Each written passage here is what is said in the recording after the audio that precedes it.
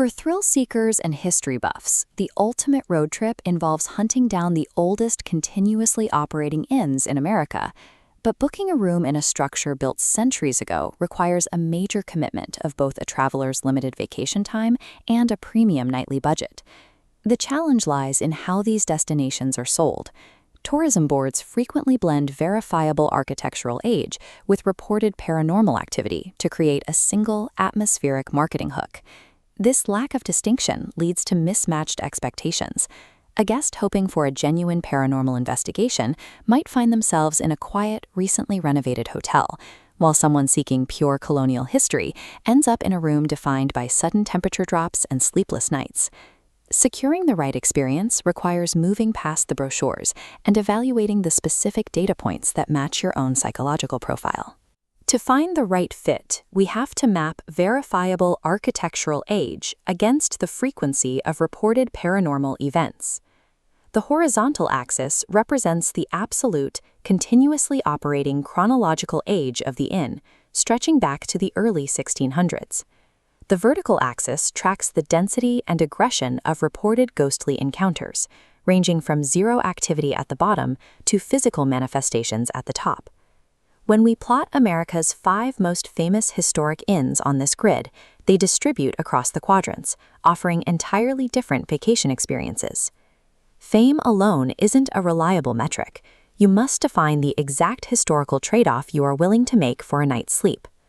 The first profile focuses on architectural pedigree and a direct connection to the early American era, prioritizing a quiet night over ghost stories. This traveler finds their match at the Seaside Inn in Kennebunk, Maine. Originally known as the Farmhouse, this property dates back to 1660, making it the oldest continuous lodging in America. It is currently run by 9th-generation innkeepers and offers direct beach access without any reports of active hauntings. In New York's Hudson Valley, the Beekman Arms and Delamater Inn has been operating continuously since 1766. The inn's history is verified by its guest list, which included figures like George Washington and Alexander Hamilton. While some suggest the ghost of Eliza Jumel, the former wife of Aaron Burr, resides here, her spirit is described as mild ambiance rather than an active disruption. This path yields a high return for maritime or valley relaxation, but it requires sacrificing the adrenaline of a paranormal investigation. Other travelers are willing to trade colonial foundations for a high probability of making paranormal contact. This leads directly to the Hawthorne Hotel in Salem, Massachusetts, located in the center of the nation's most famous witch town.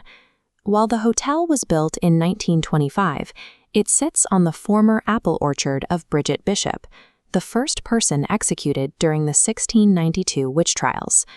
Guests in room 320 report persistent, aggressive anomalies, including invisible hands and sudden temperature drops throughout the night.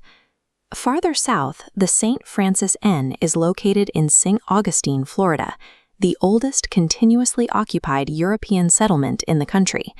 The inn dates back to 1791, placing guests within a 19th century infrastructure surrounded by cobblestone alleys and ancient stone gates. The property is known for Lily, a mid-19th century spirit who tampers with electronics and rearranges belongings in the suite that bears her name. Booking these rooms guarantees an active, high-thrill night, making them unsuitable for travelers seeking peace and quiet. A third profile demands both pre-revolutionary architecture and intense, verifiable hauntings in a single location. Concord's Colonial Inn in Massachusetts represents the rare intersection of both requirements. Built in 1716, the inn served as a crucial arms storehouse for local Minutemen during the Revolutionary War.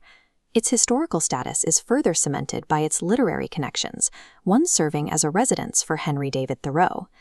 The focus of the inn's hauntings is Room 24, which operated as a makeshift hospital for the wounded during the 1775 Battle of Concord.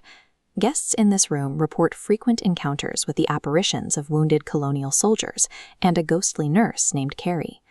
While this location offers the most intense concentration of history and hauntings, the trade-off is a severe lack of booking flexibility, as these rooms are often reserved months in advance. Match your vacation goal to each property. To relax and learn, follow the data to the quiet Seaside or Beekman Inns. For thrills, accept newer buildings for active hauntings in Salem or Florida. For pre-revolutionary architecture and active spirits, wait for Concord's Room 24. Every historic inn serves a specific psychological threshold and travel budget. The goal is simply to find the one that matches yours. Evaluate your own tolerance for the paranormal before you commit to one of these locations. Drop a comment below with the name of the spookiest place you've ever stayed, and let us know if it rivals Salem's Room 320. Subscribe to the channel to ensure you never miss our travel and optimization guides. Visit historictownsofamerica.com for full booking guides, room-specific tips, and deeper historical breakdowns. Remember, the colonial spirits at these historic locations never actually checked out. Choose where you check in very wisely.